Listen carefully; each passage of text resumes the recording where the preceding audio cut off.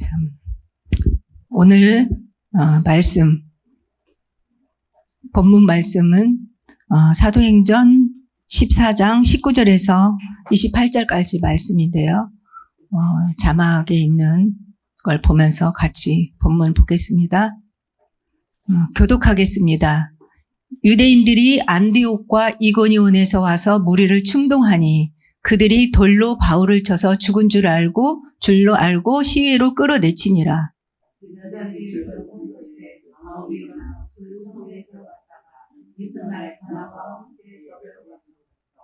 복음을 그 성에서 전하여 많은 사람을 제자로 삼고 루스드라와 이고니온과 안디옥으로 돌아가서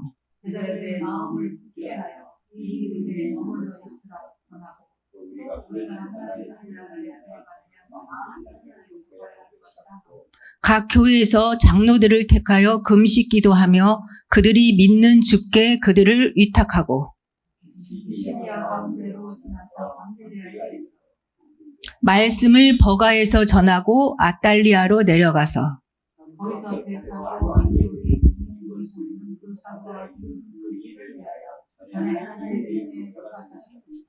그들이 이르러 교회를 모아 하나님이 함께 행하신 모든 일과 이방인들에게 믿음의 문을 여신 것을 보고하고 함께 오래 있으니라. 아멘. 지금 이 말씀은 사도행전 13장에서부터 안디옥 교회의 내용이 이어지고 있는 중입니다. 그래서 안디옥 교회가 어떻게 생겼느냐 하면 여러분들도 잘 알겠지만 스데반의 환란으로 인하여서 흩어진 무리들이 모여서 교회가 됐죠. 그래서 오늘 14장 본문을 이해하기 위해서 제가 서론에다가 바울과 바나바의 1차 선교여행, 전도여행 이렇게 적어놨는데요.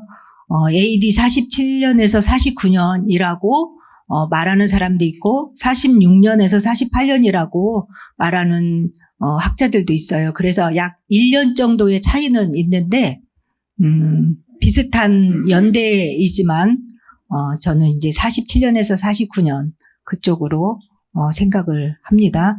사도행전 13장 2절에 보면 이 안디옥 교회에서 바울과 바나바의 그 선교팀이 어떻게 해서 이 선교회에 나오게 되었느냐 하면 흩어진 무리들이 거기에서 늘 말씀 듣고 기도하고 이렇게 하고 있는 중에 13장 2절에 보니까 주를 섬겨 금식할 때에 누가 말씀했어요?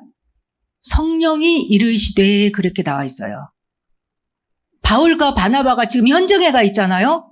그러면 어떻게 해서 현장에 왔느냐? 그 시작점이 바로 이거거든요. 성령님이 말씀을 했다는 거예요. 기도하고 있는데 안디옥 교회에서 기도를 하고 있는데 기도하고 있는 사람들에게 성령님이 말씀하셨어요. 뭐라고요? 서론을 하고 있습니다. 내가 불러 시키는 일을 위하여 바나바와 사울을 따로 세우라. 이렇게 기도할 때 하나님은 우리에게 말씀을 주시죠. 하나님이 원하시는 것이 무엇인지를 깨닫게 하거든요.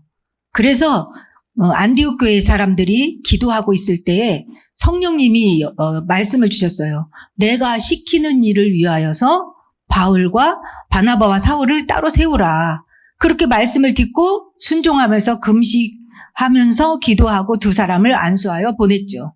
그래서 제일 처음에 이제 이 사울과 바나바가 선교 여행을 1차 선교 여행을 떠나게 됐습니다. 그래서 제일 처음에 간 곳은 바보섬이었죠. 구브로에 있는 사이프러스 섬, 구브로에 있는 바나바의 고향으로 거기 가서 복음을 전했는데 총독 서기오 바울에게 복음을 전했고 그때에 그 박수무당이 옆에서 막 방해를 했잖아요. 그러니까 이 사울이 기도하면서 그 사람에게 이제 영적인 기도를 하니까 그 눈이 멀었었죠.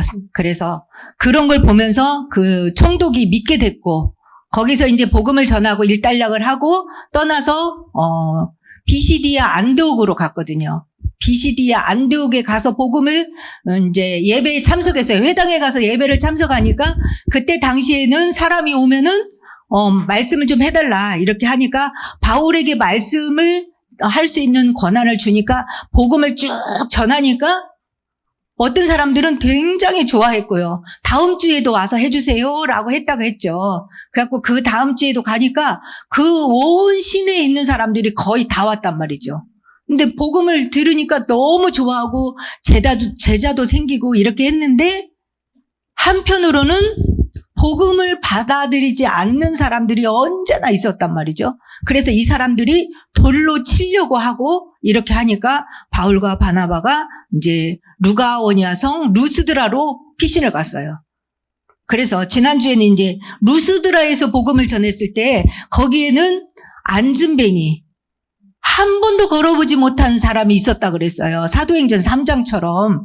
근데 그 사람에게 보니까 구원받을 만한 믿음이 보이는 거예요. 그래서 복음을 이렇게 전하면서 그 사람에게 바울이 기도를 했죠. 명령을 했죠. 예수 그리스도의 이름으로 이제 일어나 걸으라. 그렇게 똑같이 하니까 이 사람이 일어나니까 깜짝 놀래가지고, 와, 신들이 살아서 우리에게 왔다. 그러면서 뭐라고 해서 제우스 신이다. 허메네스다. 라고 하면서 막 제사를 지내려고 그러니까, 아니, 우리가 복음 전하는 것은 우리에게 이렇게 사람을 섬기지 말라고, 제사하지 말라고, 우상을 섬기지 말라고 하나님을 전하는 건데 왜 우리 성정이 똑같은 우리를 신으로 섬기려고 하느냐, 이렇게 하면서 제사를 지내지 못하게 이제 겨우 막았어요. 그렇게 했는데 또 반대 사람들은 어땠어요? 너무 시기와 질투가 많아가지고 이제 바울과 바나바를 따라다니면서 복음을 이제 막는 거죠. 그래서 오늘 19절에 보니까 유대인들이 안디옥과 이고니온에서 와서 무리를 충동하니 그랬어요. 지금 있는 곳은 어디예요? 루스드라예요. 루스드라에 오기 전에는 어디에 있었냐면 이고니온에 있었어요. 이고니온에 있기 전에는 비시디아 안디옥이었어요. 아까 그 순서대로. 제일 처음에는 구브로섬 바오섬으로 갔고, 그 다음에 비시디아 안디옥에 갔고, 그 다음에 이고니온에 갔고, 그 다음에 루스드라에서 걷지 못한 사람을 치료했단 말이죠.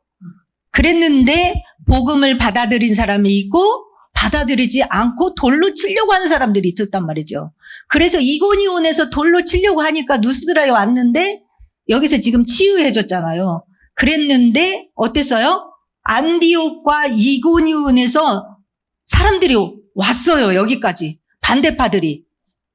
와, 이 사람들도 열성쟁이죠. 반대를 그냥 그 지역에서만 한 게 아니라 어떻게든 막아야겠다 하고 루스드라까지 온 거예요.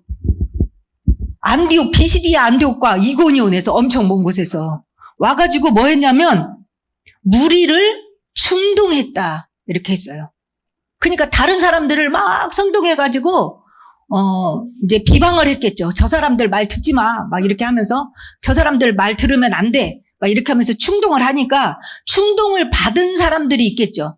받은 사람들이 어떻게 했어요? 19절에 보니까 돌로 바울을 쳐서 죽은 줄 알고 시외로 끌어내치니라. 복음 전하는 바울을 죽은 줄 알 만큼 돌멩이를 쳤단 말이죠. 정말 악질이죠. 복음을 전하는데 복음 전하는 사람들이 잘못됐다 생각해서 그랬을 거 아니에요. 이 사람들이 볼 때는. 저 사람이 잘못됐다고 생각하니까 돌로 쳤을 거 아니에요. 그냥 그럴 리는 없잖아요. 그러면 오늘 저는 이 본문에서 1대지, 2대지, 3대지에 제가 소제목을 적어놨잖아요. 물이라는 단어가 보였어요. 그 다음에 두 번째는 이런 가운데서도 바울은 돌에 맞아 죽었다가 살아나서 그 다음에 또 가서 복음을 전하여서 제자를 세웠어요.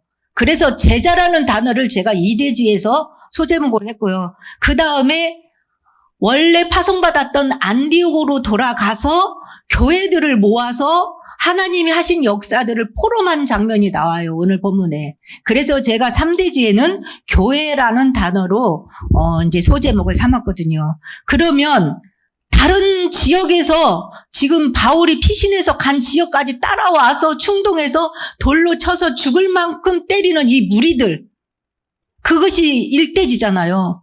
이 무리들은 도대체 왜 그럴까? 누굴까? 이런 것들을 우리가 한번 생각해보고 항상 이 시대에도 이런 무리들은 있을까? 내 주위에는 이런 무리는 누굴까? 이들의 영적인 정체는 무엇일까? 이런 것들을 오늘날 이 시대에도 이 존재가 어떤 존재인지 우리가 적용을 해야만이 오늘 말씀을 들으면서 우리가 바울과 같이 전도자로서 살아가는데 그 영적인 눈을 떠야 되고 그걸 대처할 수 있어야만 된다는 것이죠. 근데 바울이 힘이 없어서 맞은 건 아니죠.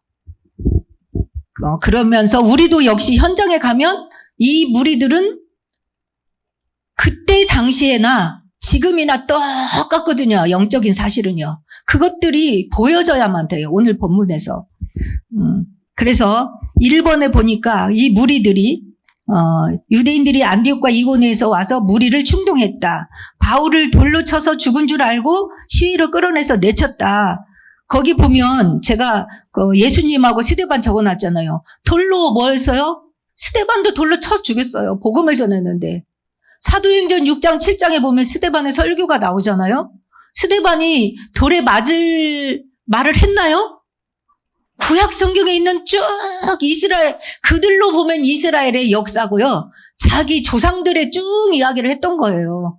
그런데 하나님을 모독한 거, 예수 그리스도를 말했다는 것 때문에 돌로 쳤거든요. 구약의 하나님을 믿는 유대인들이요.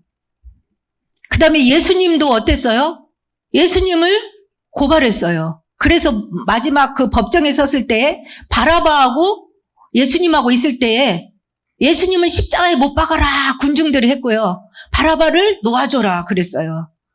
요즘에도 특별사면이라는 게 있잖아요. 무슨 절기가 됐을 때 특별사면 해줄 때에 예수님은 특별사면 대상에서 제외시켜라 못 박아라 계속 했어요. 그리고 뭐라고 그랬어요? 본디오 빌라도가 벌써 손을 씻으면서 나는 저 사람의 죄를 찾지 못했다. 그러니까 이 죄를 십자가에 못 박아 죽이는 이 죄를 나와 우리 후손들에게 돌리라 그렇게 했었어요. 마태복음 27장 25장 27절인가요?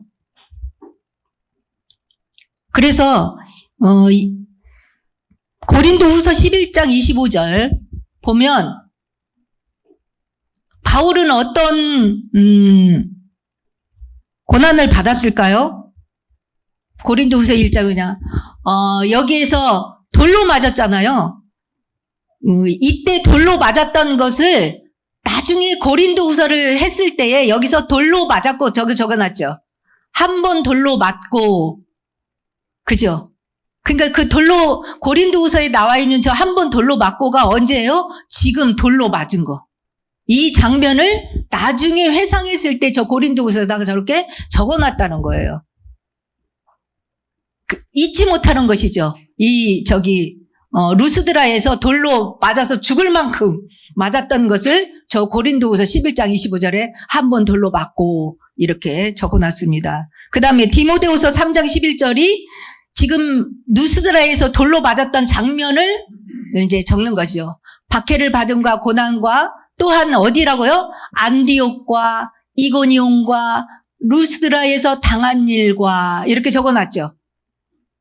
디모데후서에서 지금 현재 우리가 배우고 있는 이 장면을 저렇게 디모데에게 편지를 쓸 때 내가 안디옥하고 이고니온과 루스드라에서 당한 일 이런 일이 있었다. 그러면서 1차 전도 여행 때 당했던 그런 박해들을 저 지역과 함께 적어놨 것이 나와 있습니다. 디모데후서에.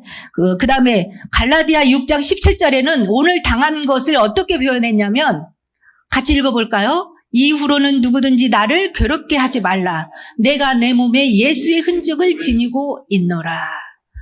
돌로 맞아서 죽을 만큼 맞았던 이것을 내 몸에 예수의 흔적을 지니고 있다라고 표현했다. 이렇게 신학자들은 이렇게 얘기를 하고 있습니다.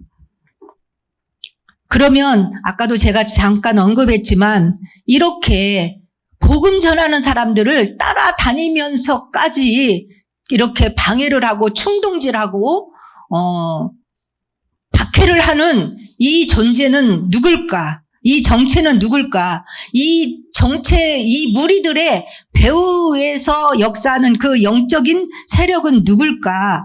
이것을 우리가 오늘 여기에서 밝히 알아야 돼요. 그냥 반대파들이 있었나 보다 이렇게 알면은 정말 그냥 스치고 지나가는 거죠. 그래서 여러분들이 이 사실을 반드시 알아야 되는데 계시록 2장 9절 말씀이거든요. 계시록 2장 9절인데 한번 읽어볼까요? 시작.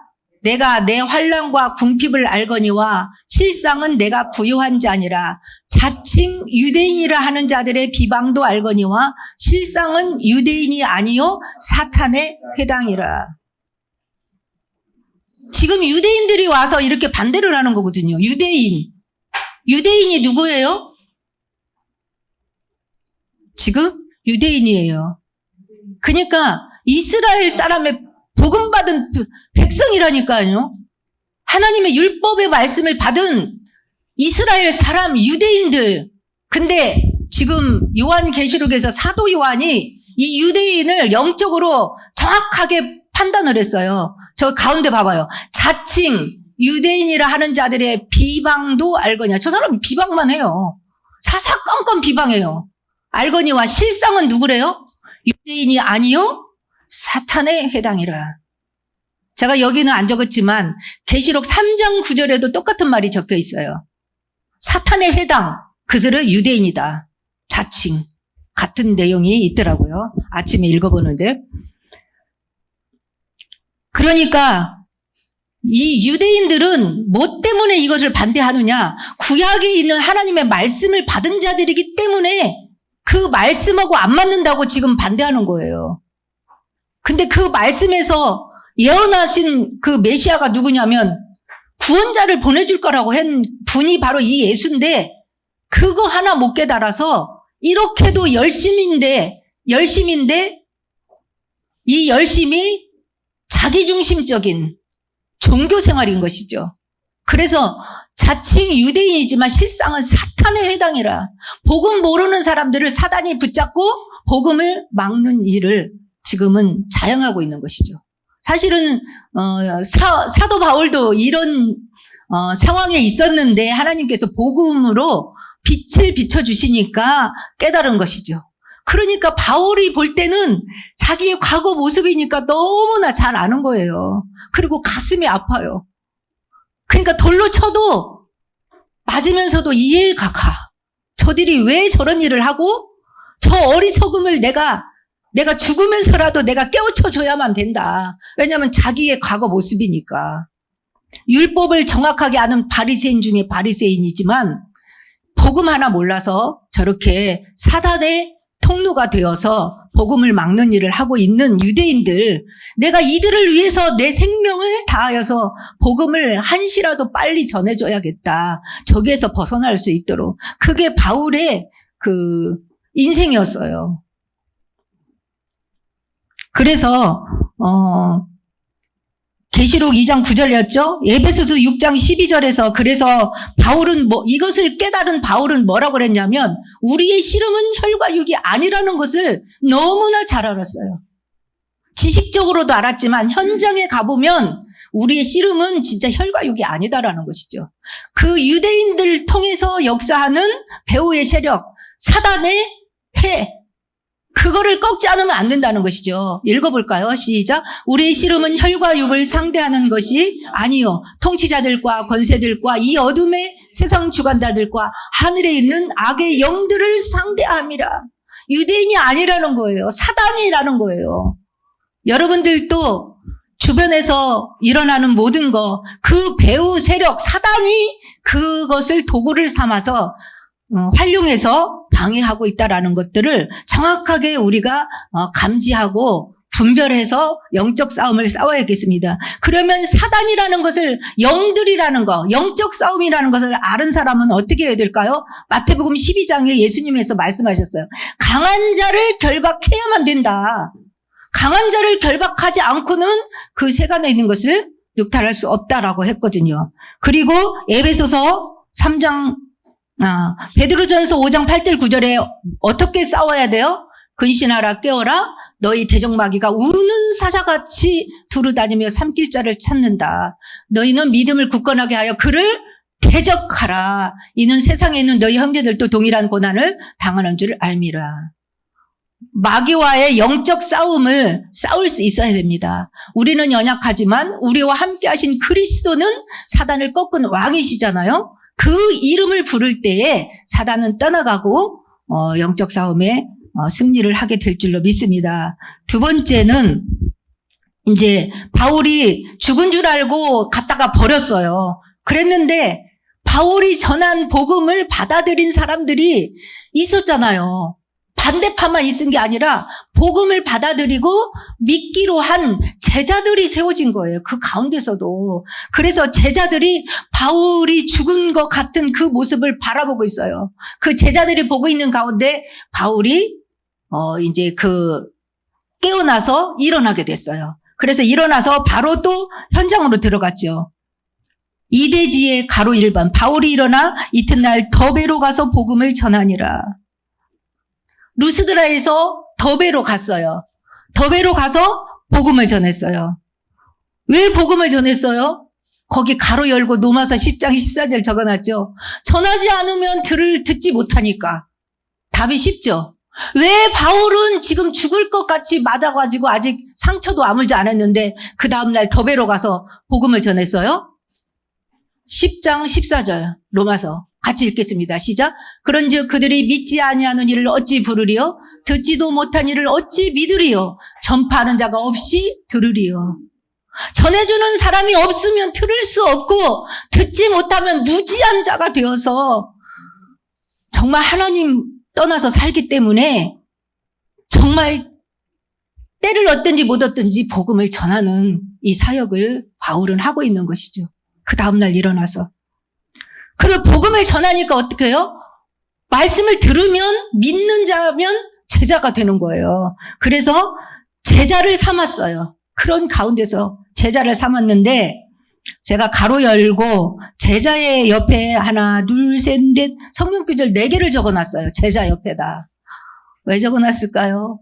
제자에 대한 메시지가 많이 있지만 제자는 어떤 사람 보고 제자라고 할 수 있을까? 여러분은 여기서도 우리가 많이 훈련받으면서 제자기 때문에 뭐 이거 했고 제자 되기 위해서 훈련받고 말씀 많이 들었잖아요. 그러면 성경에서 몇 가지만 저는 4가지만 가지고 제자라는 단어가 나와 있는 부분을 가지고 여러분들에게 전달하겠습니다. 예수님이 베드로, 야고보, 요한, 안드레를 불렀을 때 제일 처음에 제자를 부른 게 마태복음 4장 19절이거든요. 그래서 말씀하시되 나를 따라오너라. 내가 너희를 사람을 낚는 어부가 되게 하리라. 그러니까 배를 버려두고 그물을 놔두고 예수님을 따르고 쫓았다고 나왔거든요. 그래서 제자는 지난주에 얘기했지만 내가 어떻게 해주겠다는 말이 아무것도 없어요. 보장이 없는데 어땠어요? 바로 따라갔어요. 예수님을 만나는 순간 어떻게 해요? 다 알아진 거예요. 믿어진 거예요. 어떻게 했냐면 여기는 제가 써주지 않았지만 그 말씀이 생각났어요. 예수님이 그렇게 말씀하셨어요. 내 양은 뭐예요? 양은 자기의 목자의 음성을 알아듣는다 그랬어요. 그리고 목자도 자기 양이 울면 알아들어요. 남의 양은 남의 양은 모르는데 내가 맡은 양은 음성을 알아듣는다고 나왔어요. 양도 역시 내 목자의 음성을 알아듣고요. 목자도 자기 양의 음성을 안다 그랬어요. 그래서 예수님을 나를 따라오너라 했을 때 어떻게 해요? 알아듣는 거예요. 택함을 받은 사람, 영생주시로 작정된 자는 예수님이 한번 부르는 순간 그냥 한마디에 알아들어요. 통해요. 영적으로. 그래서 따라갔어요. 그게 바로 누구라고요? 제자. 제자는 말씀을 잘 가르치는 사람이 해야 제자가 되는 거 아니에요. 그러니까 성경을 잘 가르치는 사람이 메시지를 들어야 제자가 되는 게 아니라고요. 제자는 만들어지는 게 아니라 뭐라고 했어요? 태어나는 거라고 했어요. 그럼 한 번 딱 예수님을 말씀을 들었는데 딱 통해버린 것이죠. 그게 제자입니다. 그 다음에 마태복음 16장 16절 예수님이 그리스도라고 하는데 그게 저게 믿어졌어요. 저걸 누가 알게 했다고 그랬어요? 혈육이 아니라고 그랬어요. 하늘에 계신 내 아버지시다라고 했어요. 하나님이 마음을 열어서 저 말씀이 믿어지게 한 사람은 제자입니다. 예수님이 그리스도인 거 여러분 믿어지시나요? 네. 그러면 여러분들은 제자예요. 그 다음에 요한복음 15장 7절에서 8절에 보면 너희가 내 안에 거하고 내 말이 너희 안에 거하면 무엇이든지 원하는 대로 구하라 그리하면 이루리라 하면서 8절 말씀에 나와 있어요. 너희가 열매를 많이 맺으면 내 아버지께서 영광을 받으실 거예요. 너희는 내 제자가 되리라. 그러면 7절하고 연결한 다음에 열매는 어떻게 맺어져요? 말씀이 내 안에 있을 때 열매가 맺어지는 거예요. 그 사람이 바로 뭐라고요? 제자인 거예요. 말씀 안에 거하고 말씀을 내 안에 받아들이고 그 말씀의 열매를 맺으면 그게 바로 너희는 내 제자가 되리라. 그 다음에 요한복음 13장 34절에서 35절 같이 읽어볼까요? 제자의 기준이 뭔가? 시작. 새 계명을 너희에게 주노니 서로 사랑하라. 내가 너희를 사랑한 것 같이 너희도 서로 사랑하라. 35절. 너희가 서로 사랑하면 이로써 모든 사람이 너희가 내 제자인 줄 알리라. 밖에 나갔을 때 예수님의 제자인 것을 나 제자예요. 나 훈련 받았어요. 어디까지 훈련 받았어요? 다 받았거든요. 이렇게 하면은 제자로 되는 훈련 많이 받으면 제자인가요? 아니죠.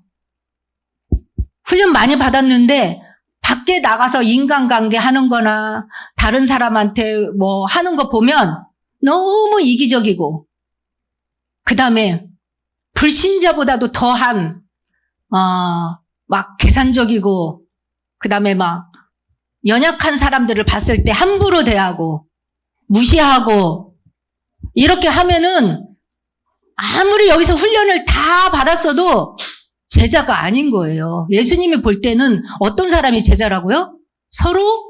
너희가 서로 사랑하면 이로써가 뭘까요? 사랑하는 거. 모든 사람이 너희가 내 제자인 줄 알리라. 내가 너희를 사랑한 것 같이 너희도 서로 사랑하라. 성경의 핵심,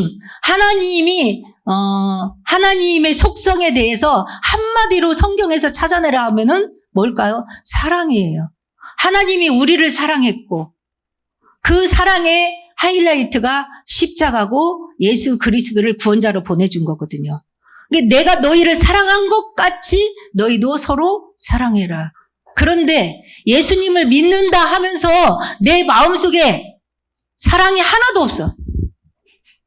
1만 달란트를 탕감받은 사람이 데나리온 빚진 나한테 문제 있는 사람한테 막 가다가 막 그런 족치는 거예요. 너 빨리 빚을 갚어. 언제 갚을 거야? 내가 너한테 얼마나 시간을 줬는데 왜 안 갚어? 너 이번 주 수요일까지 갚아. 안 갚으면 내가 고소할 거야. 끝이야. 아니면 내가 압류를 해서라도 내가 이거 가져올 거야. 뭐 이렇게. 근데 우리는 얼마를 받았다고요? 예수님께? 1만 달란트를 탕감받은 사람이 나한테 조금 빚진 사람들을 우리는 용납하지 못하고 견딜 수가 없이 학대를 하고 긍휼히 여기지 않고 이렇게 한다면 예수님의 제자의 삶일까요? 아닌 것이죠. 예수님은 뭘 보실까요? 내가 너희를 사랑한 것 같이 너희도 사랑하라는 거예요. 이로써 너희가 내 제자인 줄 알리라. 여러분들 제자예요? 아니에요? 기요? 기요. 전라도 말로 기요. 제자면 어떻게 살아야 돼요? 여러분의 주위에 있는 이웃을 어떻게 해요? 예수님께 여러분이 사랑받은 대로 사랑하시기 바랍니다. 그러면 그것이 제자인 줄 알리라. 이렇게 했습니다. 지금 이제 끝날 시간이 됐는데 오늘도. 그 다음에 이대지의 3번 이 더베에서 이제는 더 이상 앞으로 나가지 아니하고 뒤로 돌아서 다시 가는 거예요. 더베에서 어디로 가냐면 옆으로 지금 동쪽으로 쭉 왔는데 더베에서 만약에 더 직진을 했다면 자기가 태어났던 다소가 나와요. 다소에서 처음에 파송받은 수리아 안디옥은 가까워요. 그쪽으로. 근데 거꾸로 왔던 곳으로 다시 돌아가는 거예요. 더베에서 루스드라로, 루스드라에서 이고니온으로, 이고니온에서 비시디 안디옥으로. 그러면 원래 파송했던 곳으로 가려면 더 반대쪽으로 가고 있는 거예요. 근데 아까 루스드라에서 어땠어요? 돌로 지금 맞은 거예요. 그곳을 다시 가요. 여러분, 우리 같으면 어때요? 복음 전하다가 무슨 상처가 하나 있었다. 다시는 그 지역 가지 않습니다. 다시는 그 사람 만나지 않습니다. 그런데 바울은요, 조금 전에 돌로 맞아갖고 죽은 줄 알고 자기를 그냥 끌어다가 바깥에다 내버린 그 지역 누스드라를 다시 가는 거예요. 그리고 거기에서 또 이고니온도 돌로 치려고 해갖고 누스드라 왔었거든요. 비시디 안디옥 거기서도 반대했어요. 그곳을 다시 가요. 왜 그럴까요? 그것이 오늘 본문에서 중요한 부분이기 때문에 살펴보겠습니다. 21절인데요. 복음을 그 성에서 전하여 많은 사람을 제자로 삼고 누스드라와 이고니온과 안디옥으로 돌아가서라고 나와요. 그러니까 거꾸로 다시 핍박받았던 곳을 다시 가는 것이요. 그 이유는 22절에 나와 있어요. 제자들의 마음을 굳게 하여 이 믿음에 머물러 있으라 권하고 그랬어요. 거기에서 복음 받았던 사람들의 마음을 굳게 세우려고 다시 돌아가는 것이죠. 그러니까 내 자존심, 내 상처 이런 것을 따지면 못 가는데 누구 때문에 갔어요? 복음 받은 제자들을 위하여 갔던 거예요. 그러니까 제자는 내 위주가 아니고 누구라고요? 복음 받은 사람 위주로 사역을 지금 바울은 하고 있다는 것이죠.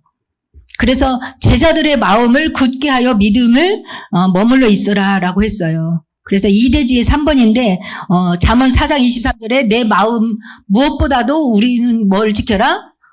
지킬 만한 것보다 마음을 지켜라 그랬어요. 생명의 근원이 이에서 남이니라. 생명은 육체에 있다고 생각이잖아요. 세상은. 그러나 진짜 생명의 근원은 어디 있어요? 마음에 있습니다. 그래서 마음을 굳게 하여서 믿음에 머물러 있어라 라고 한 것이죠. 믿음은 뭐예요? 하나님의 말씀 안에 있는 것이 믿음인 것이죠. 믿음 이렇게 우리는 믿음에 있지 않고 내 생각대로 머무는 것이 바로 모래 위에 세운 집과 같습니다. 그래서 말씀 위에 내 생각대로 하지 말고 말씀 위에 말씀을 믿는 믿음 위에 있으라. 그것을 권하기 위해서 되돌아갔다는 거예요. 그 다음에 3대지에 세 가지가 있어요. 하나님 나라에 들어가면 많은 환난을 겪어야 될 것을 또 얘기하려고 갔어요. 가서 되돌아가서 뭐 했다고요? 믿음을 지켜서 잘 지키고 있으세요. 이렇게 했고 예수 믿으면 좋은 일만 있는 게 아니고요. 많은 환난도 있어요. 라고 전한 거예요. 근데 우리가 복음 전할 때 어떻게 해요? 교회 오면 뭐 해요? 좋은 일만 얘기하죠. 근데 바울은 솔직하게 다 얘기했어요. 하나님 나라에 들어가려면 환난도 받아요. 바울은 지금 돌로 맞았잖아요. 거의 죽을 뻔했잖아요. 이거를 솔직하게 다 말한 거예요. 예수 믿으면 이런 일도 있어요. 고난도 있어요. 그러나 고난만 있는 게 아니고 우리가 앞으로 받을 영광과 족기 비교할 수 없다라는 이 복음을 더 깊이 깨닫는 제자를 세웠던 거예요. 그래서 바울은 어떤 고난을 많이 받았느냐. 바울이 한 거 시간이 없으니까 빨리 하고 넘어갈게요. 고린도후서 1장 8절. 이건 여러분들이 많이 했었죠. 고린도후서 1장 8절. 그 위에 절이네요. 이 내지. 읽어볼까요? 형제들아, 우리가 아시아에서 당한 환난을, 여기가 지금 아시아잖아요. 지금 지역이. 너희가 모르기를 원하지 아니하노니 힘에 겹도록 심한 고난을 당하여 살 소망까지 끊으려. 아까 죽을 뻔했잖아요. 심한 고난을 받았다라고 나왔고요. 그 다음에 11장 23절에서 29절. 그들이 그리스도의 일꾼이나 정신이 없는 말 하거나 나는 더욱 그라도 내가 수고를 넘치도록 하고 옥에 갇히기도 더 많이 하고 매도 수없이 맞고 여러 번 죽을 뻔하였으니 유대인들에게 40에서 하나 강한 매를 5번 맞았으며 3번 태장으로 맞고 1번 돌로 맞고 3번 파선하고 일주야를 깊은 바다에서 지냈으며 여러 번 여행하면서 강의 위험과 강도의 위험과 동족의 위험과 이방인의 위험과 신의 위험과 광야의 위험과 바다의 위험과 거짓 형제 중에 위험을 당하고 또 수고하여 애쓰고 여러 번 자지 못하고 줄이고 목마르고 여러 번 굶고 춥고 헐벗었노라. 이렇게 바울은 고난 받았어요. 많이. 이것을 있는 그대로 예수 믿으면 좋은 일만 생긴다고 말하지 않고 있는 그대로 말을 했어요. 그 다음에 12장도 있지만 같은 내용이니까 그러면 이 고난이라는 것은 바로 뭐냐면 하나님 나라에 들어가려면 고난도 받아야 된다 그랬잖아요. 왜 하나님은 고난을 허락하실까요? 예수 믿는데 좋은 일만 있으면 좋은데 이것을 알리기 위해서 고난받은 사실을 그대로 다 말한 거예요. 왜냐하면 우리가 고난이라고 느끼는 것은 내 육체로 당하는 일들이잖아요. 바울이 지금 당한 것들이. 그런데 하나님 나라에 들어가려면이 전제 조건이에요. 하나님 나라는 세상 것으로 내가 가지고 있는 것으로 갈 수가 없어요. 세상에 있는 것으로 내가 가지고 있는 조건을 가지고는 이 조건을 가지고 하나님 나라에 들어갈 수가 없어요. 쉽게 얘기하면 하나님 나라에 들어가려면 버릴 거 버리고 떨쳐버릴 거 떨쳐버리고 바꿀 거 바꾸고 다 이렇게 갖고 정제돼 가야 돼요. 정제. 그래서 내 것이라고 여기는 거, 세상 것이라고 여기는 이런 모든 것들을 하나님이 하나씩 하나씩 우리를 어떻게 했냐면 바꿔버리세요. 하나님의 나라의 백성으로. 그래서 이 고난을 통해서 그 욥처럼 이 연단을 통해서 뭐가 되냐면 정금같이 나오는 거예요. 진짜 뭐만 남냐? 하나님밖에 없어요 라는 게 남아요. 대부분 이 세상에서 가장 사랑하는 게 누구예요? 자식이잖아요. 근데 그 자식조차도 내 것이 아니네요. 이것을 겪을 때 놓아버리려고 놓게 만들 때 그냥은 절대 못 놓거든요. 부모가 자식을. 그런데 어떤 사건과 어떤 걸 통해서 그것을 겪게 만들 때 부모는 가슴이 찢어져요.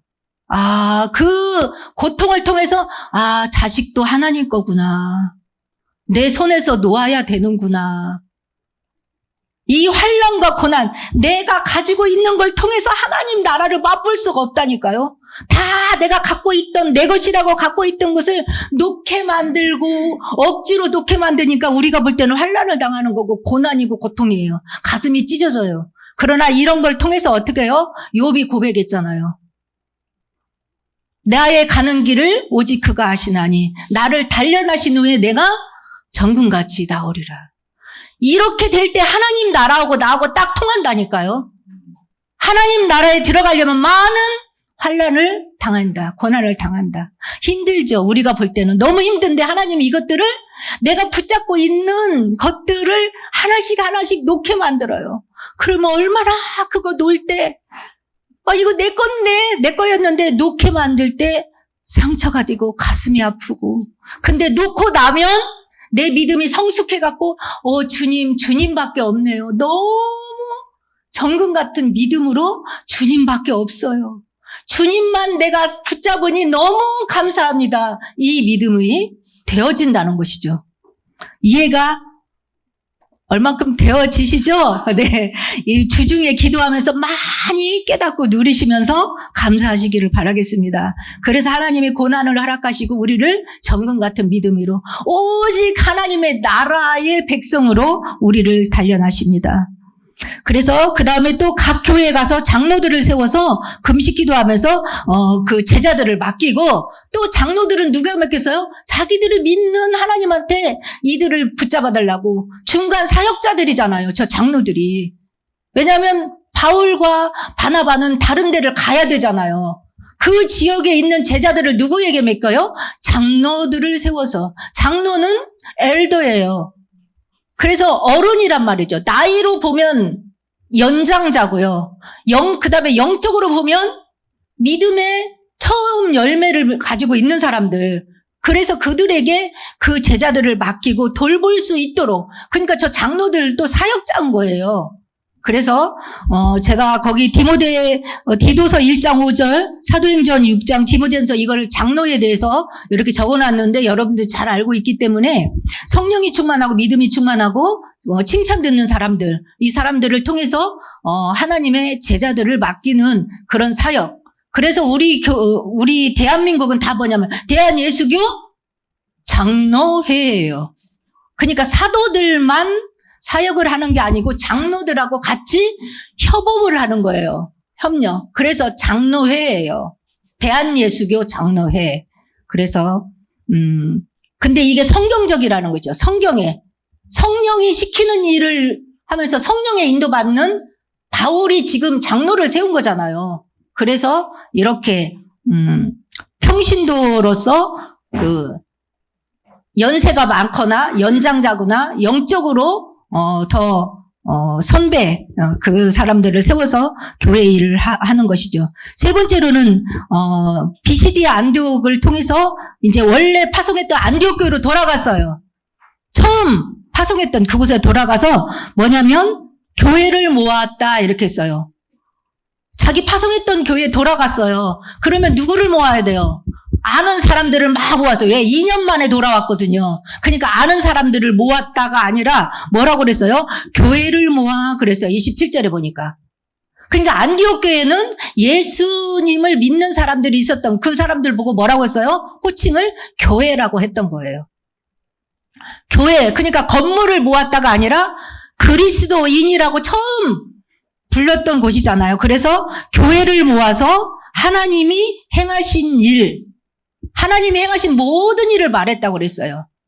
그러니까 바울과 바나바가 교회예요.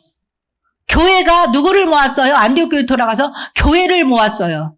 그래서 교회는 누가 하신 일을 보는 사람들이에요? 하나님이 하시는 일을 보는 사람들이에요.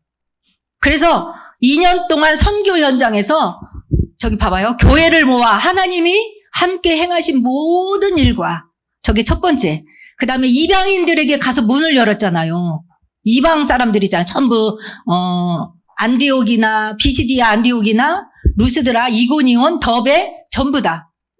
그래서 이방인들에게 문을 여신 것들을 뭐 했어요? 포럼했어요. 보고하고.